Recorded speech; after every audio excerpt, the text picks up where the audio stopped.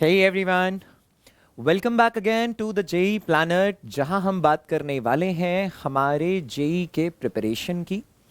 और ये सभी टॉपिक्स जो हैं वो जेई पॉइंट ऑफ व्यू से इम्पॉर्टेंट है। बोर्ड लेवल की प्रिपरेशन का भी खास तौर से ध्यान रखा जा रहा है क्योंकि सभी टॉपिक्स को बिल्कुल ही स्क्रैच से लेकर चला जा रहा है। यहाँ तक कि जो नीट एस्पिरेंट्स हैं वो भी बिल्कुल इन लेक्चर्स को देखकर अपने टॉपिक्स को ग्रूम कर सकते हैं। और जितने भी प्रॉब्लम मॉडल्स कन्वेंशनल हैं या जितने भी प्रॉब्लम मॉडल्स के अलग अलग एग्जाम्स में आने की संभावना है, उन सभी प्रॉब्लम मॉडल्स को लेक्चर के दौरान ही हम डील भी कर रहे हैं। ऑलराइट, सो गॉस थ्योरम आज हमारा इलेक्ट्रोस्टैटिक्स का लेक्चर 10 है, जिसमें मेजरली अगर हम बात करें तो गॉस थ्योरम का इस्तेमाल फ्लक्स डिटरमाइन करने के लिए किया जाता है या फील्ड डिटरमाइन करने के लिए भी किया जा सकता है। तो फ्लक्स का फील्ड के साथ क्या रिलेशन है ये हमने हमारी पिछली मुलाकात यानी लेक्चर 9 में बहुत अच्छे से सीखा था, जब हमने कुछ प्रॉब्लम्स किए थे इलेक्ट्रिक फील्ड लाइंस का पैटर्न बनाने के और सरफेसेस के थ्रू इलेक्ट्रिक फ्लक्स डिटरमाइन करने के। तो जिस तरीके से मैंने आपको पहले भी बताया था कि इलेक्ट्रिक फील्ड डिटरमाइन करने के किसी भी चार्ज कॉन्फ़िगरेशन की वजह से इलेक्ट्रिक फील्ड कहीं किसी पॉइंट पे डिटरमाइन करने के मेजरली दो तरीके होते हैं। पहला होता है हमारा कूलम्स लॉ और दूसरा होता है हमारा गॉस थ्योरम। कूलम्स लॉ की एक लिमिटेशन ये है that it is applicable only for point charges and for spherical bodies outside them. तो यदि आपके चार्ज कॉन्फ़िगरेशन के बारे में हम ये कहें कि वो स्फेयर नहीं है ना ही वो पॉइंट चार्जेस हैं, देन इन दैट केस हमें एलिमेंट लेना होता है और इंटीग्रेट करना होता है, जिस चीज़ से भी मैं आपको ऑलरेडी पहले वाकिफ़ करवा चुका हूँ, पहले से ही हम उस चीज़ को सीख चुके हैं, है ना। लेकिन आज की जो मुलाकात है वो इलेक्ट्रिक फील्ड डिटरमाइन करने के लिए एक दूसरा नया टूल जो है हमारा, that is a very important thing, Gauss theorem. बहुत ही ज़्यादा इंपॉर्टेंट है, इंटरेस्टिंग है, ईजी है और स्कोरिंग है। राइट, एग्जाम में इलेक्ट्रोस्टैटिक्स से क्वेश्चन आए तो गॉस थ्योरम से आने की संभावना काफ़ी ज़्यादा होती है। ठीक, तो गॉस थ्योरम ही हमारा आज का मेन टारगेट टॉपिक है। और इसमें मैं शुरुआत में ही लिखना चाहूँगा कि आज जो हम लेक्चर 10 में पढ़ने वाले हैं वो पढ़ने वाले हैं फाइंडिंग फील्ड के बारे में। किसके बारे में? फाइंडिंग फील्ड और फाइंडिंग फ्लक्स। क्या क्या कर सकते हैं? चलो मैं तुम्हें सारी चीज़ें ही लिख के बताता हूँ। हम ये कह सकते हैं कि यदि हम यहाँ पर गॉस थ्योरम के बारे में बात करें तो गॉस थ्योरम कहता ये है कि नेट इलेक्ट्रिक फ्लक्स जो होगा through a closed surface, through a closed surface. याद है कल मैंने आपको बताया था कि क्लोज्ड सरफेस 3 डायमेंशनल ही होगा boss, and in that case positive और नेगेटिव फ्लक्स का मतलब होता है क्लोज सरफेस से बाहर वाली फील्ड लाइंस या बाहर वाला फ्लक्स पॉजिटिव होता है और अंदर वाला फ्लक्स जो होता है वो नेगेटिव होता है। तो परिभाषा के मुताबिक इसे लिखा जा सकता है integration of E dot D S, लेकिन क्योंकि आप क्लोज सरफेस के बारे में बात कर रहे हैं, इंटीग्रेशन भी क्या आएगा? क्लोज्ड निकल कर आएगा। इंटीग्रेशन भी क्या आएगा बेटा? क्लोज निकल कर आएगा। और ये तो है according to definition of flux, according to the definition of flux, and that is going to be equal to Gauss theorem के अकॉर्डिंग ये enclosed charge by epsilon naught होता है। ये Q enclosed by epsilon naught होता है। यही है mainly Gauss theorem. इस बात को आप याद रखिएगा कि ये क्या है बेटा? गॉस थ्योरम का बेसिक जिक्र किया है हमने। ठीक है, अब इसमें कई प्रकार के मॉडल बन सकते हैं सवालों के। पहला मॉडल ये बन सकता है कि आपने क्या किया, आपने फ्लक्स का इनक्लोज्ड चार्ज का इस्तेमाल करके, इनक्लोज्ड चार्ज का इस्तेमाल करके फ्लक्स डिटरमाइन किया है बेटा। तो ये है आपका मॉडल 1। ये क्या है हमारा? Model 1 finding flux. Model 1, model 1 is finding flux. क्या है बेटा ये एग्जैक्टली? Finding flux. तो आज का जो हमारा टारगेट टॉपिक है वो ये है कि हम क्या करेंगे? फ्लक्स डिटरमाइन करेंगे। ठीक है, गॉस थ्योरम को 3 फेजेस में पढ़ेंगे। ये जो चल रहा है हमारा फेज 1 चल रहा है, जिसमें हम मॉडल 1 का जिक्र करेंगे, समझेंगे गॉस थ्योरम क्या होती है और इसके बारे में बात करेंगे। इसी तरीके से अगला जो फेज होगा उसमें हम इनक्लोज चार्ज का इस्तेमाल करके इलेक्ट्रिक फील्ड डिटरमाइन करेंगे। उससे अगली जो मुलाकात होगी उसमें हम इनक्लोज चार्ज का इस्तेमाल करके नेट फ्लक्स के बारे में कमेंट करने वाले हैं। ठीक है, तो चलिए शुरू करते हैं आज का लेक्चर हमारा। So this something about me, मैं पहले भी बता चुका हूँ, आप लोग भी बहुत अच्छे से जानते ही हैं कि I already have a teaching experience for more than 10 years and I have mentored and taught thousands of students for JEE, NEET, KVPY Olympiads and also for IIT JAM Physics, IIT JAM Physics Unacademy platform पे भी, ठीक है, और बाकी सारी चीज़ें different online और offline platforms पे। इसके बाद की अगर बात करें तो यहाँ जेई प्लैनेट का टेलीग्राम लिंक जो है वो आपके सामने है, हाइपर लिंक की फॉर्म में आपको नोट्स में भी मिल जाएगा और ये डिस्क्रिप्शन में भी दिया हुआ है, जिससे you can directly land on our Telegram page, जहाँ पे आपको इस लेक्चर के notes, study material, practice sheets वगैरह बाकी सारी चीज़ें भी मिल सकती हैं, ठीक है। आइकॉनिक और प्लस दो अलग अलग प्रोग्राम अनअकैडमी के प्लेटफॉर्म पे अवेलेबल हैं, जिनके अपने काफ़ी ज़्यादा बेनिफिट्स हैं। Individual attention, study planner, test analysis, ये सारी चीज़ें जो हैं ये सारे बेनिफिट्स आप डिफरेंटली अवेल कर सकते हो, ठीक है, कोर्स स्ट्रक्चर के अलावा, वो तो यूट्यूब पे चल रहा है, ठीक। प्लस की कुछ सब्सक्रिप्शंस जो हैं वो आपके सामने हैं कि वैसे मंथली सब्सक्रिप्शन भी है, मगर 12 मंथ्स, 18 मंथ्स और 24 मंथ्स के बारे में अगर आप बात करें तो आपको काफ़ी अच्छे बेनिफिट्स अवेल हो सकते हैं। उसके अलावा भी मेरा जो कोड है PHYMAYA यानी फिजिक्स माया, इससे भी आपको और अच्छे बेनिफिट्स जो हैं वो अवेल हो सकते हैं, ठीक है। आइकॉनिक के बारे में भी आप बात कर सकते हैं, देखिए कि आइकॉनिक के इतने सारे बेनिफिट्स हैं हमारे पास, ठीक है। प्लस और आइकॉनिक के डिफरेंटली बेनिफिट्स क्या हैं वो तो मैं बाद में डिस्क्राइब करूंगा ही, लेकिन उसके बारे में भी जो डिटेल्स हैं वो सामने हैं। इसके अलावा ये कोड PHYMAYA याद रखना इसीलिए इंपॉर्टेंट है क्योंकि अनअकैडमी प्लेटफॉर्म पे भी आप लोगों के लिए फ्री लाइव क्लासेस अवेलेबल हैं। आई रिपीट, फ्री क्लासेस भी अवेलेबल हैं। मान लो आप लाइव नहीं देख पाते हो तो उसके बाद उसे रिकॉर्डेड फॉर्म में भी आप देख सकते हो। मैं आपको शेड्यूल बता भी दिया करूंगा। बस होगा क्या, अनअकैडमी लर्नर ऐप आपको डाउनलोड करनी है या फिर आप नेट लाइक वेब पे भी वो चीज़ें देख सकते हैं, और वेब पे भी लॉगिन करने के बाद आपको अल्टीमेटली प्लेटफॉर्म में एंटर करने के लिए एक कोड डालना होगा। वो कोड आप डालेंगे PHYMAYA, फ्री ऑफ कॉस्ट ही आप सभी लेक्चर्स जो हैं वहाँ पर भी देख पाएंगे, ठीक है जी। तो इसीलिए ये याद रखना इंपॉर्टेंट है। तो चलिए शुरुआत करते हैं गॉस थ्योरम के साथ। गॉस थ्योरम के साथ कहती क्या है भाई ये गॉस थ्योरम हमारी? गॉस थ्योरम हमें कहती है, बताती है इलेक्ट्रिक फ्लक्स के बारे में। ऐसा इलेक्ट्रिक फ्लक्स जो क्लोज्ड सरफेस के लिए बयां होता है। किसके लिए बयां होता है? क्लोज्ड सरफेस के लिए। तो हम ये कहते हैं कि जो नेट इलेक्ट्रिक फ्लक्स आएगा थ्रू अ क्लोज्ड सरफेस, जो नेट इलेक्ट्रिक फ्लक्स निकल कर आएगा through a closed surface, obviously close surface कैसा होगा? 3 डायमेंशनल ही होगा। परिभाषा के मुताबिक तो वो क्या होगा? Close integration of E dot ds, close integration of E dot ds and that will be equal to the enclosed charge by the surface. Enclosed charge by epsilon naught, enclosed charge by epsilon naught. ये होता है हमारा Gauss theorem कि enclosed charge होना चाहिए यार। जिस 3 dimensional close surface से हम फ्लक्स का जिक्र कर रहे हैं उसमें चार्ज कैसा होना चाहिए? अंदर होना चाहिए, इनक्लोज्ड होना चाहिए। और इसमें हम ये बोल सकते हैं कि भाई मॉडल 1 जो है ना अपना, वो ये है। प्रॉब्लम्स कैसे कैसे पूछी जाएंगी या फील कैसे कर पाएंगे इस बात को, वो देखेंगे अभी। हमारा जो मॉडल 1 है वो इनक्लोज्ड चार्ज का इस्तेमाल करके फ्लक्स डिटरमाइन करने के लिए होगा, फाइंडिंग फ्लक्स, ठीक है। मॉडल 2 जो होगा वो इनक्लोज्ड चार्ज का इस्तेमाल करके फील्ड डिटरमाइन करने के लिए होगा, तो that is finding field. Finding field आज का हमारा टारगेट टॉपिक मैं आपको बता चुका हूं, शुरुआत है भाई। तो क्या करना होगा? फ्लक्स डिटरमाइन करना होगा। फील्ड ले चुके होंगे, सीख चुके होंगे फ्लक्स कैसे डिटरमाइन करना होता है एनक्लोज चार्ज का इस्तेमाल करके, तो गॉस थ्योरम लगाएंगे और अगले फेज में यानी कि अगली मुलाकात में फील्ड भी डिटरमाइन कर लेंगे।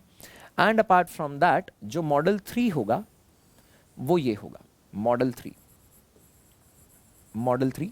मॉडल 3 में प्रॉब्लम्स होंगी, ऐसी प्रॉब्लम्स जिनमें इलेक्ट्रिक फील्ड मेंशन होगी और आपको फ्लक्स निकालना होगा।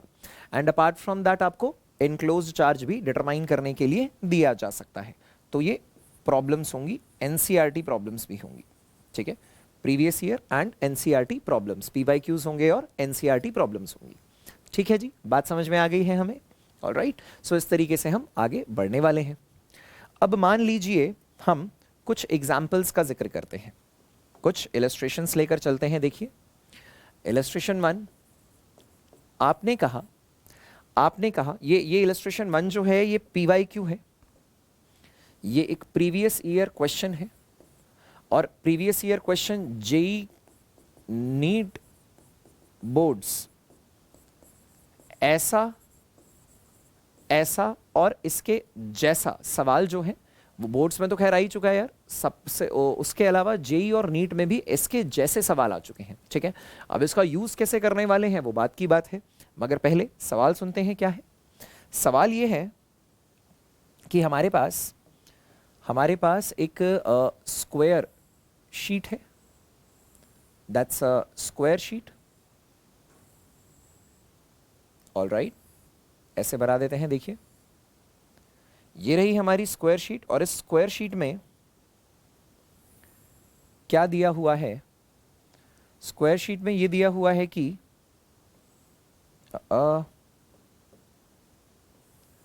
ये सेंटर ऑफ स्क्वायर है और इस सेंटर ऑफ स्क्वायर से अगर साइड लेंथ a है, दैट्स अ स्क्वायर जिसकी साइड लेंथ a है, ये 90 डिग्री है।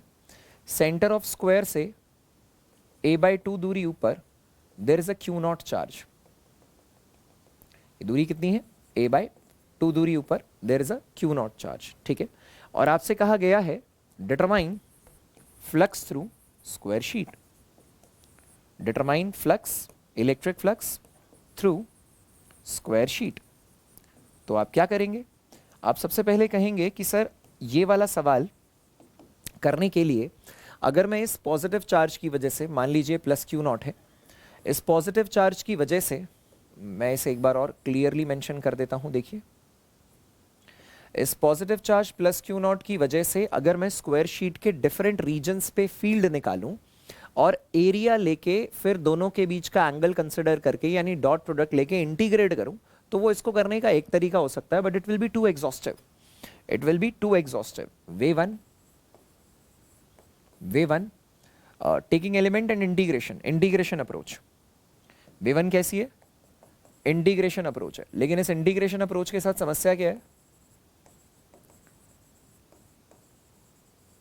आप क्या कर सकते हैं इंटीग्रेशन अप्रोच में, आप ये कहेंगे कि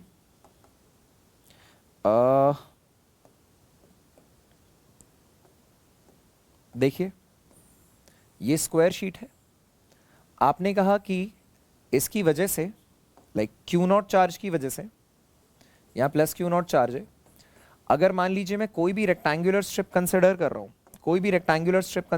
हूँ, एलिमेंट लेना तो पड़ेगा यार।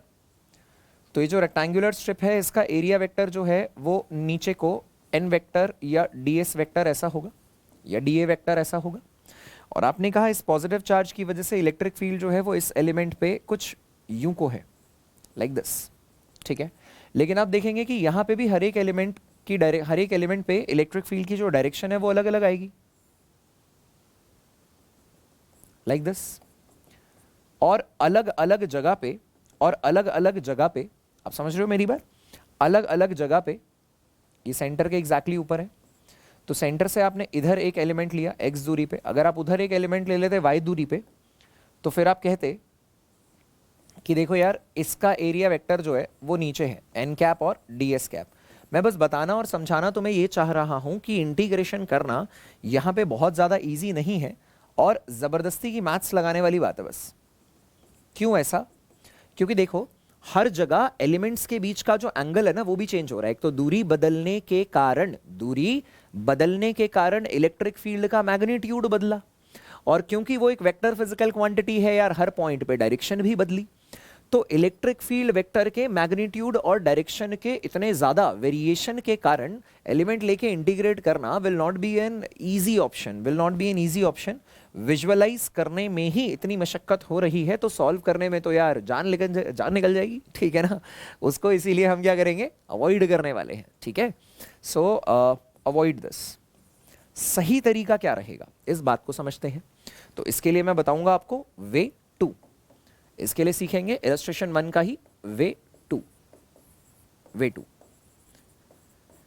देखो इसमें अपने को क्या करना चाहिए, हमें ये कहना चाहिए कि सर ऐसा है कि एक स्क्वायर शीट देखिए ये रही हमारे सामने, दूसरी जो है लाइक यहाँ पे सेंटर ऑफ स्क्वायर के ऊपर, सेंटर ऑफ स्क्वायर सी के ऊपर ये जो प्लस क्यू नॉट चार्ज है, यदि मैं ऐसे इनक्लोज कर दूं तो मैं डायरेक्टली एक स्टेप में गॉस थ्योरम लगा दूंगा। तो मैं ये कहूंगा कि एक काम करते हैं बॉस, यहां पे ऐसा ही एक स्क्वायर लेफ्ट में लगा देते हैं और ऐसा ही एक स्क्वायर जो है वो राइट में भी लगा देते हैं, लेकिन अभी भी ये खुला हुआ है। ऐसा ही एक स्क्वायर आगे भी लगा देते हैं लाइक दिस, ऐसा ही एक स्क्वायर पीछे भी लगा देते हैं और ऐसा ही एक स्क्वायर ऊपर भी लगा देते हैं। ऐसा करने से फायदा क्या हुआ, आपने कहा सर लेफ्ट वाला सरफेस S1 है और राइट वाला सरफेस S2, ऊपर वाला सरफेस सर S3 है और नीचे वाला सरफेस S4, आगे वाला सरफेस S5 है, आगे वाला सरफेस S5 है और पीछे वाला सरफेस S6। तो क्या आप ऐसा कह सकते हो कि इन 6 स्क्वायर फेसेस से मिलाकर जो क्यूब बना है, उस क्यूब के मध्य में, उस क्यूब के सेंटर में हमारा क्यू नॉट चार्ज पड़ा है। तो हम क्या बोल सकते हैं, हम बोल सकते हैं शेयर जो भी नेट इलेक्ट्रिक फ्लक्स होगा थ्रू दी क्यूब, क्योंकि क्लोज सरफेस है बॉस, गॉस थ्योरम के मुताबिक that will be simply equal to Q enclosed by epsilon not. Now you will say मोटो ध्यान रखना यार, आपको फ्लक्स थ्रू स्क्वायर शीट चाहिए, मगर स्क्वायर शीट एक नहीं 6 हैं क्यूब को बनाने के लिए। तो आप बोलोगे flux through S1 plus flux through S2 plus flux through S3 plus flux through S4 plus flux through S5 plus flux through S6, that will be equal two plus Q not by epsilon not. But आप ये भी कह सकते हो कि flux through S1, flux through S2, flux through S3, S4, S5 और S6 ये सारे के सारे बराबर होंगे। क्यों बराबर होंगे सर, क्योंकि आपने चार्ज को क्यूब के सेंटर में रखा है। बेसिकली सेंटर ऑफ स्क्वायर से a/2 ऊपर होने पर नीचे वाले फेस से हमारा चार्ज a/2 ऊपर है और ऊपर वाले फेस से a/2 नीचे है। लेफ्ट वाले से a/2 राइट में है और राइट वाले से a/2 लेफ्ट में है। पीछे वाले से a/2 आगे है और आगे वाले से a/2 पीछे है। तो क्या आप ऐसा कह सकते हो कि ये सारे के सारे इलेक्ट्रिक फ्लक्स जो होंगे वो बराबर होंगे, और इसके पीछे का कारण क्या है, due two symmetrical placement, due two symmetrical placement of Q not, Q not की सिमेट्रिकल प्लेसमेंट के कारण, due two symmetrical placement of Q not. तो क्यू नॉट की सिमेट्रिकल प्लेसमेंट के कारण हम ऐसा कह सकते हैं, ठीक है। तो आप ये भी कह पाओगे, so 6 times flux through any sheet, any square sheet, 6 faces है ना यार, 6 times flux through any square sheet will be plus Q not by epsilon naught. इसका मतलब flux through any square sheet कितना हो गया, flux through any square sheet that will be equal to Q not by 6 epsilon naught. Flux through any square sheet that will be equal to Q not by 6 epsilon naught. बात समझ में आ गई। पहला illustration है इसीलिए इतना descriptive form में हमने उसे देखा है, अगली बार तो खटाक से जवाब बता देंगे। तो हमने क्या देखा भाई, प्रीवियस ईयर क्वेश्चन है और यही हमारा पहला इलस्ट्रेशन भी है। हमने ये देखा कि यदि हमारा चार्ज इनक्लोज्ड होगा तो उस क्लोज सरफेस से डायरेक्टली सीधा सीधा फ्लक्स बता पाएंगे, ठीक है ना। कैसे, गॉस थ्योरम से, that is Q enclosed by epsilon not. आज की मुलाकात में फ्लक्स निकालना सीख रहे हैं और इसी फ्लक्स का यूज करके अगली मुलाकात में फील्ड भी निकालेंगे। क्लियर है मामला। चलो आगे बात करते हैं। अब बात करते हैं इलस्ट्रेशन 2 की।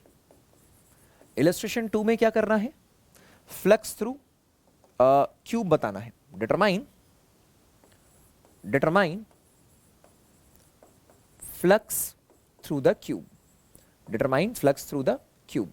और कैसे बताना है, देखिए सवाल क्या है, सवाल ये है कि ये रहा हमारा क्यूब और इस क्यूब के बॉडी सेंटर्ड पोजीशन पे ये क्यूब है जिसकी साइड लेंथ कितनी है, इसकी साइड लेंथ है L। ये क्यूब है जिसकी साइड लेंथ है L और इसके बॉडी सेंटर्ड पोजीशन पे यहां प्लस Q0 चार्ज पड़ा है। डाल दें फिजिक्स में थोड़ी सी केमिस्ट्री, पढ़ा होगा आपने सॉलिड्स, उसमें आप पढ़ते हो BCC body centred cubic, BCC body centred cubic, है ना। तो अभी आप केवल इतना सा ध्यान रखिए कि यहां हमने क्या बोला है, बॉडी सेंटर्ड पोजीशन पे, बॉडी सेंटर्ड पोजीशन पे हमारा प्लस Q0 चार्ज पड़ा है। बताइए फ्लक्स थ्रू क्यूब कितना होगा। तो आप सिंपली बोलोगे यार शेयर अकॉर्डिंग टू गॉस थ्योरम जो आपका नेट फ्लक्स होगा वो Q enclose by epsilon naught होगा। और गॉस थ्योरम जिस सरफेस में लगाया जाता है, जिस सरफेस के ऊपर लगाया जाता है, उस सरफेस को गॉसियन सरफेस कहा जाता है। तो यहां क्या बोलोगे, you will call it cubical Gaussian surface, cubical Gaussian surface, ठीक है जी, इसको गॉसियन सरफेस बोलेंगे। सो क्यूबिकल गॉसियन सरफेस है, so find it equal to Q enclose by epsilon naught and that is cubical Gaussian surface. तो इसमें आप बोल सकते हैं कि फ्लक्स थ्रू क्यूब जो होगा कितना चार्ज इनक्लोज है, पूरा का पूरा, so it is plus Q0 bye epsilon naught, that's your result, plus Q0 bye epsilon not. लेकिन इसकी खास बात पता है क्या है, खास बात ये है कि अगर ये एग्जैक्टली सेंटर पर नहीं भी होता, if the charge is moved from the geometrical center, अगर चार्ज को ज्योमेट्रिकल सेंटर से हटा भी दिया जाए, ठीक है, if the charge is moved, यहां से थोड़ा सा हिला डुला भी दिया जाए और टिल द टाइम वो किसी फेस को, एज को या कॉर्नर को अप्रोच ना कर रहा हो, वो बॉडी के अंदर भी हो, तो भी ऊपर वाले रिजल्ट में कोई परिवर्तन नहीं आएगा। यानी कि चार्ज का इनक्लोज्ड होना जरूरी है, सिमेट्रिकली इनक्लोज्ड होना जरूरी थोड़ी है गॉस थ्योरम लगाने के लिए। लेकिन सिमेट्रिकल इनक्लोजर का फायदा क्या होता है, देखिए हमने पिछले इलस्ट्रेशन में सीखा था कि सिमेट्रिकल इनक्लोजर होने से ऊपर वाला स्टेटमेंट तो वैलिड है, गॉस थ्योरम तो लगा रहे हो, ये वाला स्टेटमेंट भी वैलिड है। लेकिन अगर सिमेट्रिकली रखा नहीं गया होता तो नीचे ये बीच वाला स्टेटमेंट वैलिड नहीं होता, तो आगे की कहानी वैलिड नहीं होती। लेकिन ऊपर वाले दोनों स्टेटमेंट्स तो फिर भी वैलिड होते, है ना। गॉस थ्योरम लगाना तो के लिए तो चार्ज इनक्लोज होना चाहिए, देखो इनक्लोज है, थोड़ा सा आगे पीछे शिफ्ट कर दोगे तो भी इनक्लोज ही रहेगा, है ना। और जो टोटल फ्लक्स होगा वो टुकड़ों में बांट के प्रत्येक सरफेस के थ्रू, 6 फेसेस हैं, प्रत्येक सरफेस के थ्रू फ्लक्स को लेकर ऐड कर दोगे तो बात बन जाएगी। क्लियर है ना मामला। तो अपने को ये समझ में आ गया कि क्या लिमिटेशन है और मॉडिफाई करने में कब कौन से स्टेप्स फॉलो होंगे। तो आप ये बोलोगे if the charge is moved a bit, moved थोड़ा सा, थोड़ा सा कहने का मतलब क्या है, थोड़ा सा कहने का मतलब है कि वो किसी फेस, किसी साइड, किसी कॉर्नर पर ना पहुंचे, मूव्ड अ बिट, ठीक है, थोड़ा सा ही, from the geometrical centre, then also the above statement is valid, the above statement is valid।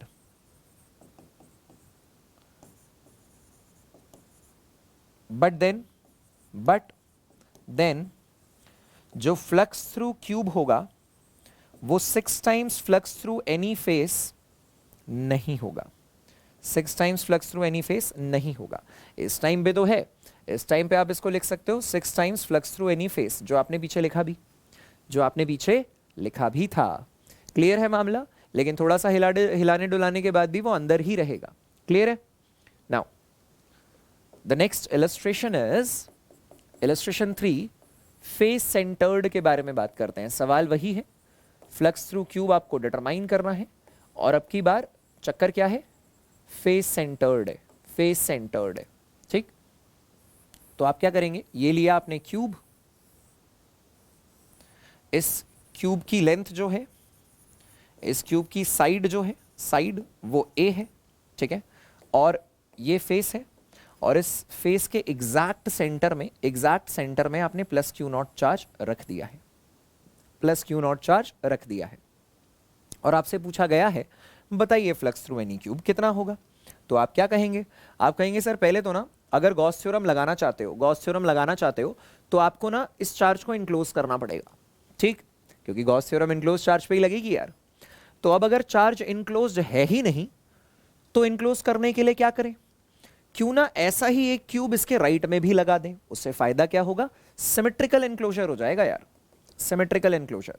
आप ये कह सकते हो कि देखो एग्जैक्टली ऐसा ही क्यूब अगर मैंने इसके साथ में लगा दिया, एग्जैक्टली ऐसा ही क्यूब अगर मैंने इसके साथ में लगा दिया और अब की बार चार्ज इनक्लोज हो गया, तो ये आपका क्यूबिकल नहीं, अब की बार क्यूबॉइडल है, क्यूबिकल नहीं, अब की बार क्यूबॉइडल है, और इसको बोलेंगे क्यूबॉइडल गॉसियन सरफेस। क्या बोलेंगे, क्यूबॉइडल गॉसियन सरफेस। ये क्यूबॉइडल आ गया है, देखिए, ठीक है, that's the cuboidal Gaussian surface. Now what you will से कि भाई अब की बार तो गॉस थ्योरम एप्लीकेबल है, सो यू विल से शेयर नेट फ्लक्स जो आएगा that will be equal to Q enclosed by epsilon naught, Q enclosed by epsilon naught. ये तो गॉस थ्योरम है, लेकिन ये नेट फ्लक्स जो लगा है, वो गॉस थ्योरम जो लगी है वो पूरे क्यूबॉइडल गॉसियन सरफेस पे लगी है, पर अपने को तो flux through any one cube चाहिए ना यार, तो हम क्या बोलेंगे, हम बोलेंगे यहां पर इसको लिखा जा सकता है twice of flux through any cube, twice of flux through any cube, that will be Q not by epsilon naught plus Q not by epsilon naught, यानी फ्लक्स थ्रू एनी क्यूब कितना निकल कर आ जाएगा, plus Q not by 2 epsilon naught, plus Q not by 2 epsilon naught, that's the result. बात समझ में आ गई है, इजी है मामला। सो दैट्स द थिंग कि प्लस क्यू नॉट की वजह से आप देख सकते हैं कि फ्लक्स थ्रू एनी क्यूब जो है वो ऐसे और इतना निकल कर आने वाला है। क्लियर है ना? नाउ अगर आप इस प्लस क्यू नॉट को थोड़ा सा ऊपर, थोड़ा सा नीचे, थोड़ा सा आगे, थोड़ा सा पीछे अगर मूव भी करेंगे, तो क्या पहली स्टेटमेंट में कोई चेंज आएगा? नहीं। क्या दूसरी में आएगा? जरा इमेजिन करके देखो, अगर इसे थोड़ा सा नीचे भी खिसका दिया तो भी इस प्लस क्यू चार्ज के मुताबिक जैसा ये वाला क्यूब है वैसा ही ये वाला क्यूब है। इस चार्ज पे खड़े होकर देखेंगे तो जैसा इस क्यूब का नजारा है वैसा ही इस क्यूब का नजारा भी है। तो यानी कि तब भी दोनों के थ्रू फ्लक्स सेम ही रहेगा और तब भी सेकेंड स्टेटमेंट और थर्ड स्टेटमेंट वैलिड रहेगी। लेकिन ऐसा ना हो जाए कि इसे इतना ज्यादा आगे पीछे ऊपर नीचे कर दिया है कि ये किसी एज पर पहुंच जाए या ये किसी कॉर्नर पे पहुंच जाए। तो आप बोलोगे it will remain unaffected by moving the charge a bit away from center of face या face center। उसे थोड़ा सा आगे पीछे करने से कोई फर्क नहीं पड़ने वाला है। बात समझ में आ गई है अपने को? थोड़ा सा आगे पीछे करने से कोई फर्क नहीं पड़ेगा, मगर अगर एज सेंटर पे पहुंच जाएगा या किसी कॉर्नर पे ही पहुंच जाएगा तो फर्क पड़ जाएगा यार। क्लियर हो रही है बात? समझ में आ रही है बात? ठीक है। नाउ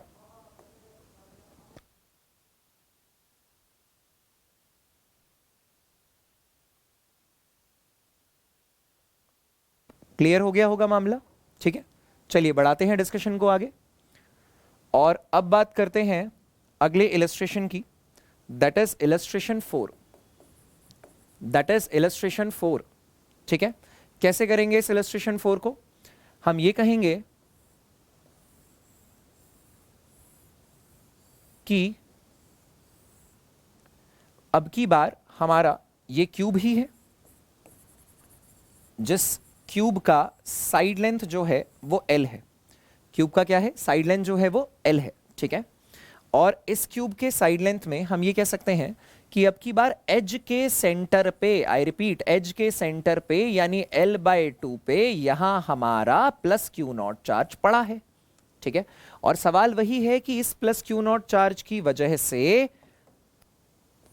क्यूब के थ्रू फ्लक्स कितना होगा, और इस पोजीशन को क्या बोलेंगे हम? Edge centred position.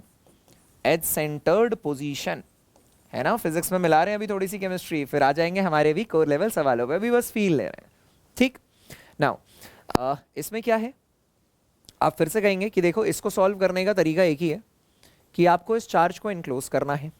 तो अब अगर इस चार्ज को इनक्लोज करना चाहते हो तो आपने कहा कि एक क्यूब देखिए आपके पास ये यहां था जिसके सेंटर पे प्लस क्यू नॉट चार्ज पड़ा था। अब इसे यहां पर इनक्लोज करने के लिए ऐसा ही चार्ज साथ वाले लेवल में कुछ यूं लगाना पड़ेगा। कुछ यूं लगाना पड़ेगा, ऐसा ही क्यूब लगाना पड़ेगा इस चार्ज को इनक्लोज करने के लिए, और ऐसा ही यहां पर भी लगाना पड़ेगा। तो देखिए कितने क्यूब्स की आवश्यकता पड़ी एक्स्ट्रा इस चार्ज को इनक्लोज करने के लिए, 3। टोटल कितने की पड़ी, 4। तो आप क्या बोलोगे, आप बोलोगे शेयर नेट इलेक्ट्रिक फ्लक्स जो होगा वो Q enclose by epsilon not है। लेकिन अब की बार सिमेट्रिकल प्लेसमेंट के कारण ये जो नेट इलेक्ट्रिक फ्लक्स है वो 4 times flux through any cube है, that will be plus Q not by epsilon not. और आपकी जानकारी के लिए बता दें कि अगर इस प्लस क्यू नॉट को मूव करके शिफ्ट करके थोड़ा सा ऊपर कहीं यहां पे भी रख दिया, माइंड इट, कॉर्नर पे नहीं पहुंचाने का, क्योंकि कॉर्नर पे अगर पहुंचा दिया तो उसे इनक्लोज करने के लिए ऊपर वाले चार्जेस भी चाहिए, तो इसीलिए कॉर्नर पे नहीं पहुंचाना है। लेकिन इतनी बात तो तय है कि भाई यहां से ऊपर ले जाने पर, यहां से ऊपर ले जाने पर जब तक कि कॉर्नर पे नहीं जा रहा तब तक इनक्लोज्ड भी है, बात नंबर 1। और दूसरी बात, उसके हिसाब से चारों में से किसी को भी देखेंगे तो नजारा भी सेम ही निकल कर आ रहा है। Can you feel it, right? So क्या बोल सकते हैं हम कि देखिए कोई फर्क नहीं पड़ने वाला है हल्की फुल्की मूवमेंट से, टिल द टाइम आप उसके कॉर्नर पे नहीं पहुंच रहे हो। तो ये Q not by 4 epsilon not है, Q not by 4 epsilon not निकल कर आ गया, दैट्स योर रिजल्ट। ठीक है, मुझे लगता है बात समझ में आ रही होगी। फटाक से अगला इलस्ट्रेशन देखते हैं। देखिए इलस्ट्रेशन 5 में क्या है, अब की बार आप कॉर्नर पे खड़े, मतलब सवाल आपका वही है कि फ्लक्स थ्रू एनी क्यूब निकालना है आपको, लेकिन दिया ये क्वेश्चन मार्क है, ठीक है, और डायमेंशंस मैटर नहीं कर रहे। देखिए पिछली बार भी मैंने कहा था कि उसका साइड जो है वो एल है, ये क्यूब जो है इसका साइड जो है बेटा वो क्या है, एल है, साइड जो है वो एल है, ठीक है। लेकिन डायमेंशंस जो है वो मैटर नहीं कर रहे थे पिछली बार भी हमें। अभी भी देखिए क्या करेंगे हम बोलेंगे कि ये क्यूब तो ठीक है सर, ड्रॉ कर लिया हमने, यहां ये प्लस क्यू नॉट है, ठीक है। इसके अलावा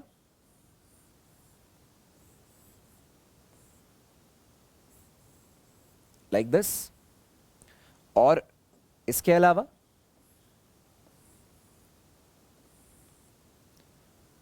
लाइक दिस,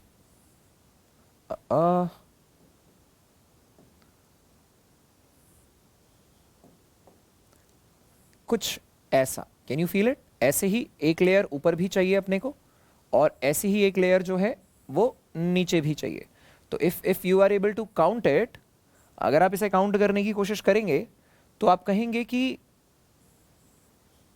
इस क्यू नॉट को इनक्लोज करने के लिए 4 आपको नीचे चाहिए थे, 4 आपको नीचे चाहिए थे क्योंकि कॉर्नर पे हो ना, अब आप इस कॉर्नर पे आ चुके हो, तो ऐसे ही 4 जो हैं वो आपको ऊपर भी चाहिए होंगे।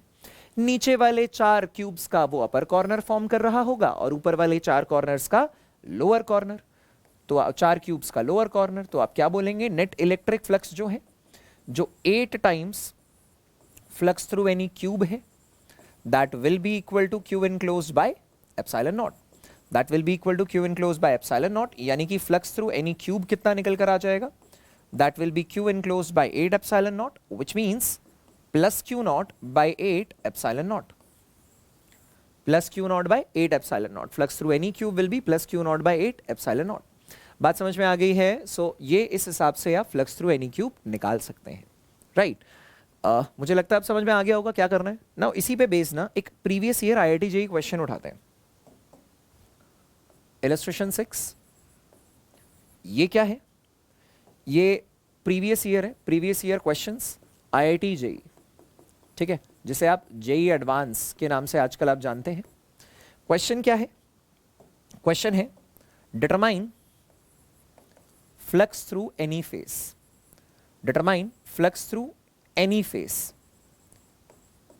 किसी फेस से जो फ्लक्स पास कर रहा है वो निकालना है, किसी फेस से जो फ्लक्स पास कर रहा है बेटा वो निकालना है। और कॉन्फ़िगरेशन ये है कि यहां पर आपका प्लस क्यू चार्ज पड़ा है, प्लस क्यू नॉट चार्ज पड़ा है, and that's a cube of side length L, cube of side length L, और मल्टीपल चॉइस क्वेश्चन है। तो 4 ऑप्शन दे देते हैं, देखिए 4 ऑप्शन क्या है आपके पास। पहला ऑप्शन है आपका Q0 बाय 48 एप्सिलॉन नॉट, दूसरा ऑप्शन है 0, तीसरा ऑप्शन है Q0 बाय 24 एप्सिलॉन नॉट, और चौथा ऑप्शन है 0 और Q0 by 24 epsilon naught, Q0 by 24 epsilon naught. ठीक है जी। तो इसको सॉल्व करने का तरीका क्या है?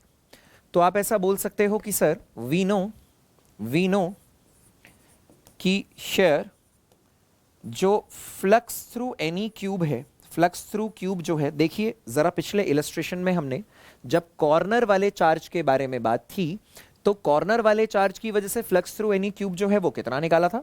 फ्लक्स थ्रू एनी क्यूब निकाला था Q0 by 8 epsilon naught, Q0 by 8 epsilon naught. इसको आपने लिख दिया flux 6 times flux through any face, 6 times flux through any face, and that will be Q0 by 8 epsilon naught. इसको आपने लिख दिया flux through any face, that will be Q0 by 48 epsilon naught. Simple है, मगर ध्यान रखिए कि ये करना गलत है, ये करना गलत है, रॉन्ग। क्यों रॉन्ग? क्योंकि भाई ऐसा है कि फ्लक्स थ्रू एनी फेस जो होगा, फ्लक्स थ्रू एनी फेस जो होगा उसको 6 टाइम्स करके फ्लक्स थ्रू एनी क्यूब नहीं निकलेगा। कारण इसका ये है कि यार ये Q0 जो है ये सभी फेसेस के कॉरेस्पॉन्डिंग सिमेट्रिकल थोड़ी है। इस Q0 पे खड़े होकर देखो, इसके पास 6 के 6 सरफेसेस के लिए 2 अलग अलग प्रकार के नजारे होंगे, 2 अलग अलग प्रकार के नजारे होंगे। नजारे क्या होंगे? करेक्ट वे, ध्यान से सुनिएगा। नजारे क्या होंगे?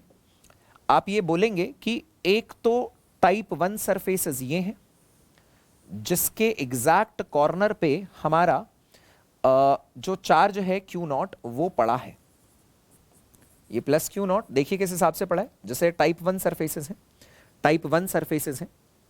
तो टाइप 1 सरफेसेस की खासियत क्या है कि इनमें जब इस प्लस Q0 की वजह से इन सरफेसेस के थ्रू फ्लक्स देखने की कोशिश करूंगा तो मैं बोलूंगा कि यार यहां प्लस Q0, इसको मैं मेंशन कर देता हूं यार अभी ना, टाइप 1 सरफेसेस, टाइप 1 सरफेसेस, इनके लिए नजारा कुछ और है, इनके लिए नजारा कुछ और है। और टाइप 2 सरफेसेस देख लेते हैं। टाइप 2 सरफेसेस में क्या होगा? जिनके ये एडजेसेंट नहीं है, जिनके सामने खड़ा है, लाइक कुछ ऐसा, ये सरफेसेस जो हैं, और अपना प्लस Q0 चार्ज जो है वो यहां पड़ा है। ठीक है, प्लस Q0 चार्ज यहां पड़ा है, और ये सरफेसेस कौन से हैं? टाइप 2 सरफेसेस हैं। कौन से सरफेस है? टाइप 2 सरफेसेस है। तो टाइप 1 सरफेसेस ये हैं और टाइप 2 सरफेसेस वो हैं। ठीक है, तो हम कह सकते हैं कि यार ये वाला जो स्टेटमेंट है ना, ये वाला जो स्टेटमेंट है ना, ये स्टेप रॉन्ग है, ये स्टेप रॉन्ग है, रॉन्ग स्टेप। ठीक है, क्योंकि टोटल फ्लक्स को flux through face 1 plus flux through face 2 plus 3 plus 4 plus 5 plus 6 लिखा जा सकता है, लेकिन उन सबको बराबर करके 6 times flux through any face लिखा नहीं जा सकता। बिकॉज देख लो, ये प्लस Q0 पे खड़े होकर देखोगे तो इन 3 फेसेस का बिहेवियर एक जैसा है, नजारा एक जैसा है, और इन 3 फेसेस के लिए बात कुछ और है। ठीक है, तो आप क्या बोल पाएंगे? आप बोल पाएंगे, एक छोटा सा नोट पहले समझाता हूं आपको। देखो, आप ये बात कर पाओगे कि अगर आपके पास शीट कुछ ऐसी है, यदि आपके पास शीट कोई ऐसी है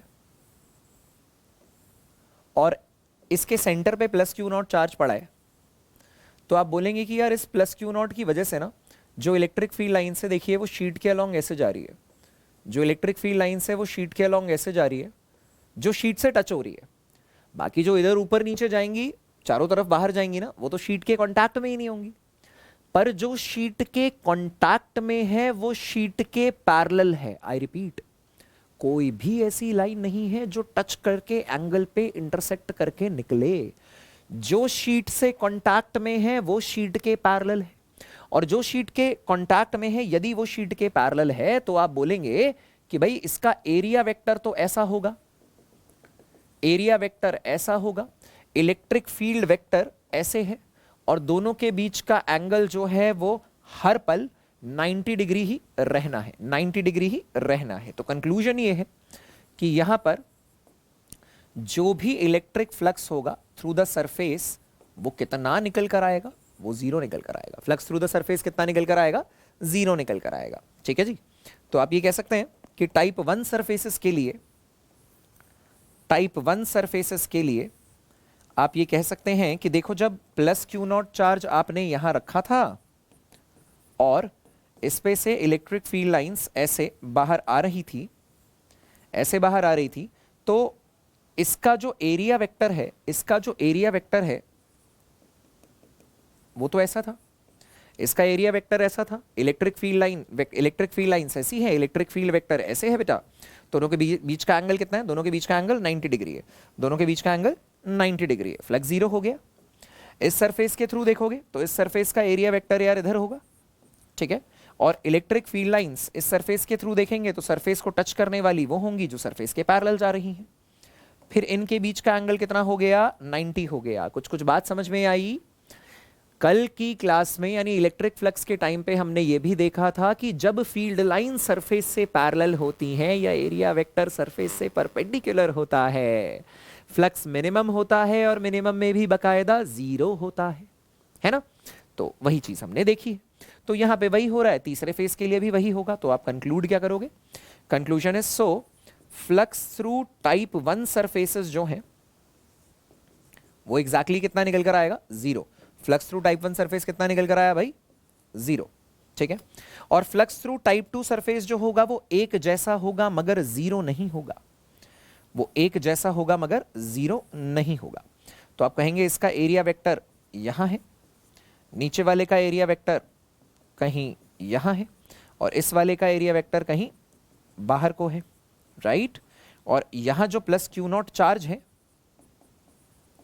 इसकी वजह से जो फील्ड लाइंस है देखिए वो कुछ ऐसे जा रही हैं, अलग अलग एंगल पे जा रही हैं, अलग अलग एंगल पे जा रही हैं। तो डेफिनेटली हम ये तो नहीं कह पाएंगे कि हमेशा परपेंडिकुलर है और फ्लक्स जीरो होगा, ये तो नहीं कह पाएंगे।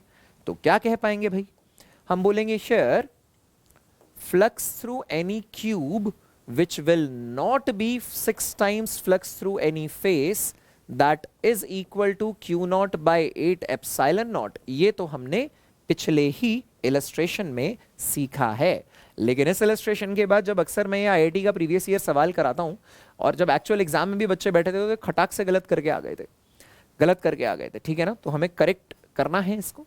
हम बोलेंगे flux through any cube can be written as 3 times flux through type 1 surfaces plus 3 times flux through type 2 surfaces and that will be equal to q naught by 8 epsilon naught, जिसमें से टाइप 1 सरफेसेस के through जो flux है वो zero है since electric field vector is perpendicular to ds vector. और यहां से आप बोल सकते हो बेटा कि flux through type 2 surfaces, flux through type 2 surface जो है वो ये वाला 3, ये वाला 3 इधर डिनोमिनेटर में चला जाएगा। 8 इंटू 3 बेटा 24 होता है। तो ये निकल कर आ गया q naught by 24 epsilon naught, q naught by 24 epsilon naught. तो आपका जवाब क्या है, कौन सा जवाब सही है आपका, ऑप्शन ए बी सी या डी?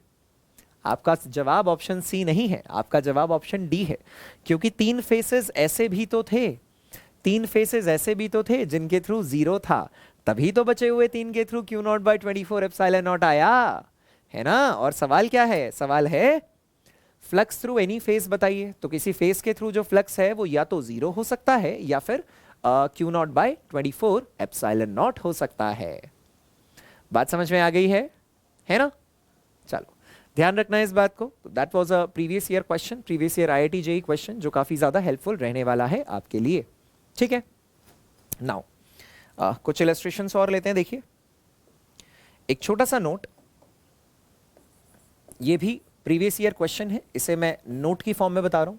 वैसे तो प्रीवियस ईयर क्वेश्चन है यार, बट नोट की फॉर्म में कर रहे हैं, ठीक है। क्वेश्चन क्या है एग्जैक्टली कि मान लीजिए हमारे पास एक पॉइंट चार्ज है plus Q not.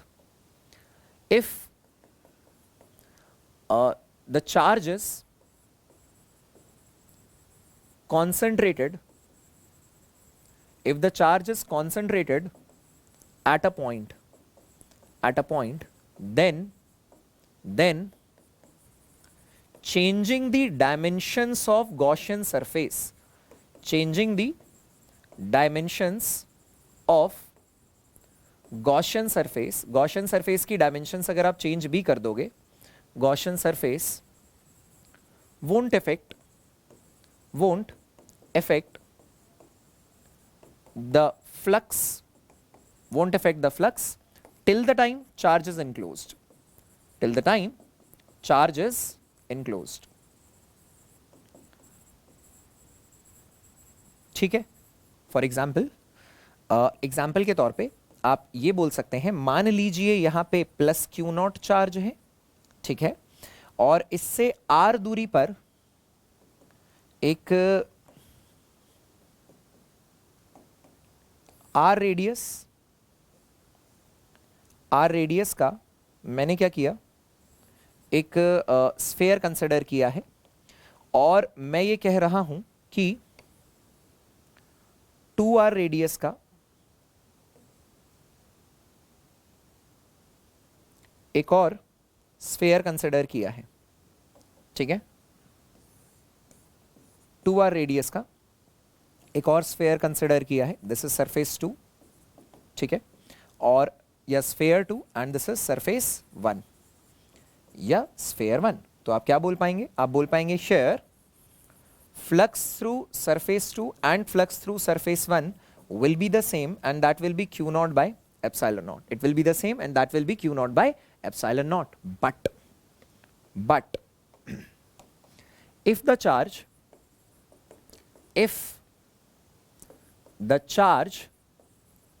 is distributed uniformly, if the charge is distributed uniformly in entire volume, distributed uniformly in entire volume, in entire region, अगर वो पूरा का पूरा distributed है पूरे वॉल्यूम में, पूरे रीजन में, तो क्या होगा sir, in entire volume, then क्या बोलेंगे. But if the charge is distributed in entire volume, uniformly distributed in entire volume, इसका मतलब क्या है, मतलब ये है कि सर देखो जरा, चार्ज पॉजिटिव चार्ज अभी पॉजिटिव मान रहे हैं, नेगेटिव के लिए नेगेटिव फ्लक्स हो जाएगा यार, कोई बड़ी बात नहीं है, नेगेटिव के लिए फील्ड लाइंस अंदर आ जाएंगी, पॉजिटिव के लिए बाहर चली जाएंगी. अब मान लीजिए आपने यहां पर एक स्फेयर कंसिडर किया जिसका रेडियस कितना है, जिसका रेडियस है r, जिसका रेडियस क्या है r. उसके बाद आपने क्या किया, एक और स्फेयर कंसिडर किया जिसका रेडियस कितना है 2r, इसका रेडियस कितना है बेटा 2r. तो आपने कहा कि अब की बार अगर ये सरफेस 1 है और ये सरफेस 2 है, ठीक है, तो what you can say share ध्यान से समझिएगा, आप बोलेंगे कि रेडियस ऑफ सरफेस 1 जो है वो twice of radius of surface 2 है, twice of radius of surface 2 है. इसका मतलब वॉल्यूम ऑफ सरफेस 1 जो कि 4/3 पाई आर S1 का क्यूब होगा, भाई क्यूब आ रहा है ना इसमें, तो 2 का क्यूब कितना आ जाएगा, 8 times volume of S2 which will be 4/3 pi R of S2 का क्यूब. बात समझ में आई. रेडियस को डबल करने पे, क्योंकि रेडियस की पावर 3 आ रही है, इसीलिए 2 की पावर भी 3 आ जाएगी, वॉल्यूम जो है वो 8 टाइम्स हो जाएगा. सो चार्ज इनक्लोज्ड जो है, चार्ज इनक्लोज इन सरफेस 2, क्योंकि यूनिफॉर्मली डिस्ट्रीब्यूटेड है ना, तो अगर वॉल्यूम 8 गुना हो रहा है तो चार्ज इनक्लोज भी 8 गुना हो जाएगा. So that will B S1 का जो चार्ज इनक्लोज है, that will B 8 times charge enclose of S2, charge enclose of S2, ठीक है. सिंस आप ये बोलेंगे कि चार्ज इनक्लोज जो है वो डेंसिटी इंटू वॉल्यूम है, डेंसिटी इंटू वॉल्यूम, तो अगर वॉल्यूम 8 गुना हो रहा है तो चार्ज इनक्लोज भी 8 गुना होगा, क्योंकि ये डेंसिटी तो कैसी है बेटा, कांस्टेंट है, यूनिफॉर्म है ना, यूनिफॉर्म डिस्ट्रीब्यूशन, तो डेंसिटी कैसी है, कांस्टेंट है. क्लियर है मामला. देयरफॉर जो फ्लक्स होगा S1 के थ्रू वो भी 8 टाइम्स फ्लक्स थ्रू S2 होगा, वो भी 8 टाइम्स फ्लक्स थ्रू S2 होगा. इसका कारण क्या है, इसका कारण ये है सिंस फ्लक्स जो है वो directly proportional to Q enclose होता है, तो अगर इनक्लोज चार्ज 8 गुना हो रहा है तो फ्लक्स भी 8 गुना हो जाएगा. तो बात बड़ी सिंपल सी है यार. अगर तो चार्ज किसी पॉइंट पे कॉन्सेंट्रेटेड है तो डायमेंशंस बढ़ाने या घटाने से कोई फर्क नहीं पड़ेगा till the time charge enclose है। अगर चार्ज यूनिफॉर्मली डिस्ट्रीब्यूटेड है तो डायमेंशंस बढ़ाने पे ज्यादा चार्ज इनक्लोज होगा, ज्यादा फ्लक्स होगा, डायमेंशंस घटाने पे कम चार्ज इनक्लोज होगा और कम फ्लक्स होगा। बड़ी सिंपल सी बात है यार, क्लियर है ना मामला, बात समझ में आ गई होगी। तो चलिए आज की मुलाकात में इतना ही करते हैं, इन्हीं चीज़ों को आप रिव्यू कीजिएगा, आराम आराम से फिजिक्स को फील करते हुए चलेंगे यार। अगली मुलाकात थोड़ी सी हैवी मुलाकात होने वाली है जिसमें हम चर्चा करने वाले हैं फ्लक्स से रिलेटेड कुछ और प्रॉब्लम की, और उसके बाद भी इलेक्ट्रिक फील्ड डिटरमाइन करने की कुछ स्टैंडर्ड डेरिवेशंस, उनके ग्राफ्स, वो सारी बातें गॉस थ्योरम पर आधारित ही।